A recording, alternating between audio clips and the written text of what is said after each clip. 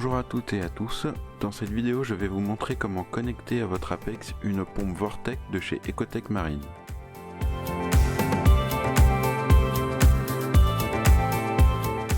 Afin de connecter une pompe Vortec à l'Apex, nous allons tout simplement suivre la documentation.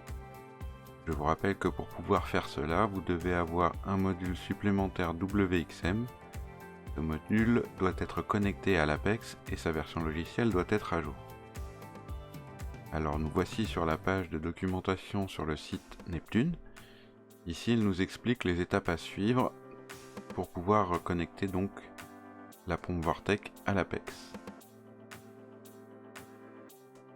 Donc tout d'abord nous devons, c'est expliqué ici, par précaution faire un reset de la programmation sur la pompe.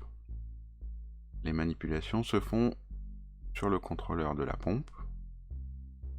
Tout d'abord, on maintient appuyé simultanément les touches mode et 7 jusqu'à ce que le contrôleur clignote rouge, blanc, bleu. Ensuite, on maintient la touche mode enfoncée jusqu'à ce que cela clignote violet, rouge. Enfin, on maintient enfoncée la touche 7 jusqu'à ce que le contrôleur redémarre et que la lumière revienne en vert fixe. Alors, voilà ce que cela donne. Donc on maintient les deux modes et 7, ça clignote rouge, blanc, bleu. Ensuite on maintient mode, ça clignote violet, rouge, puis 7, et hop, ça redémarre. Et on passe au vert fixe.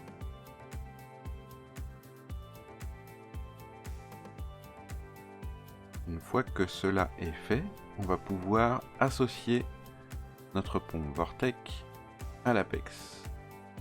Pour cela pareil, on a la documentation qui nous explique comment faire. Nous allons de nouveau faire donc des manipulations sur le contrôleur de la pompe. Donc il faudra tout d'abord maintenir mode et 7 comme tout à l'heure jusqu'à ce que ça clignote rouge, blanc, bleu. Et ensuite il faudra appuyer plusieurs fois sur 7, il nous indique qu'il faut le faire environ 6 fois. Cela va clignoter jaune et bleu jusqu'à ce que cela repasse vert fixe, et ça voudra dire que l'association s'est correctement faite. Nous allons donc faire ça.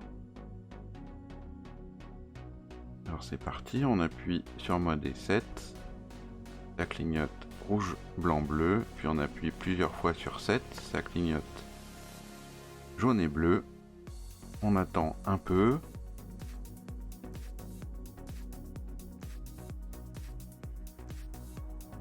Et dans quelques secondes, le contrôleur va repasser en vert fixe. Voilà, c'est bon, nous avons fait ce que nous devions faire pour associer la pompe. On va maintenant pouvoir aller sur Fusion pour voir comment cela se passe.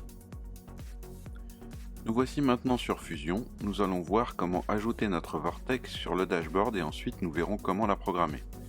Pour ajouter un nouvel élément sur le dashboard, on va cliquer sur le petit cadenas en haut à droite comme d'habitude. Et là on se rend compte qu'il n'y a pas notre Vortex. C'est un très bon exemple de problèmes qui peuvent perturber les débutants. En fait il n'y a pas de problème, c'est juste qu'au moment où j'ai fait l'association, j'avais déjà cette page ouverte dans mon navigateur. Celle-ci ne s'est pas encore rafraîchie et l'on ne voit pas encore la Vortex. Pour accélérer le mouvement, il suffit de passer sur une autre page puis de revenir sur le dashboard. Voilà. On voit maintenant que le cadenas est orange, il y a une indication concernant une nouveauté, on peut maintenant aller chercher notre Vortex et la placer sur le dashboard.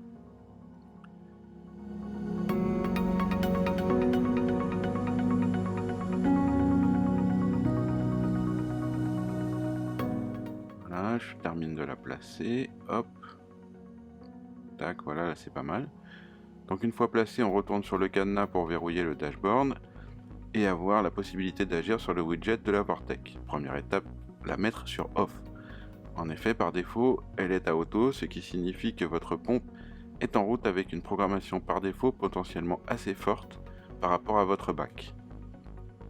Et avec une Vortex, cela peut faire une grosse tempête. Maintenant qu'elle est arrêtée, nous allons pouvoir regarder comment la programmer tranquillement.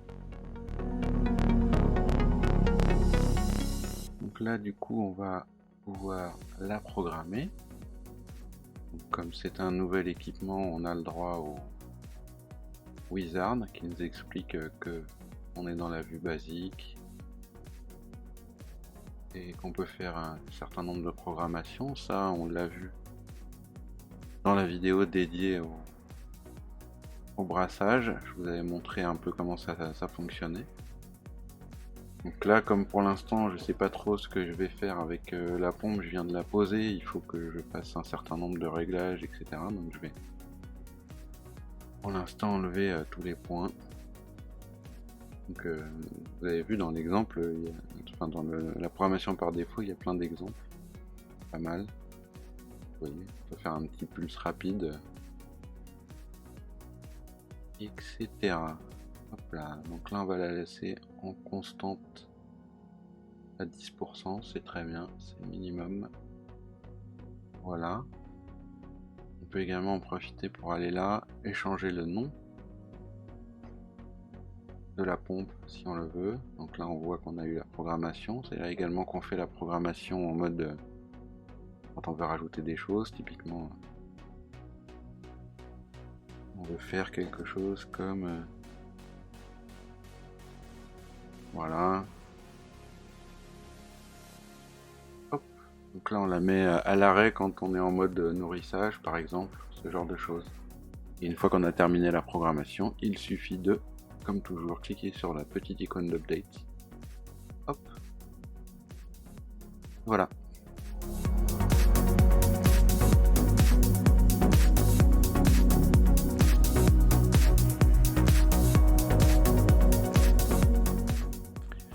Merci à toutes et à tous d'avoir suivi cette vidéo. Nous avons vu ici comment associer une pompe Vortec à notre Apex et comment la programmer. Si vous avez plusieurs pompes Vortec à associer à votre Apex, faites-le une par une, c'est plus facile et ça évite de mélanger les pompes. Comme toujours, n'hésitez pas à poser vos questions sur le groupe Facebook Neptune Apex Groupe France, le lien est sur la page d'accueil de la chaîne et dans la description. Je vous dis à très bientôt pour d'autres vidéos et d'ici là, amusez-vous bien avec votre Apex.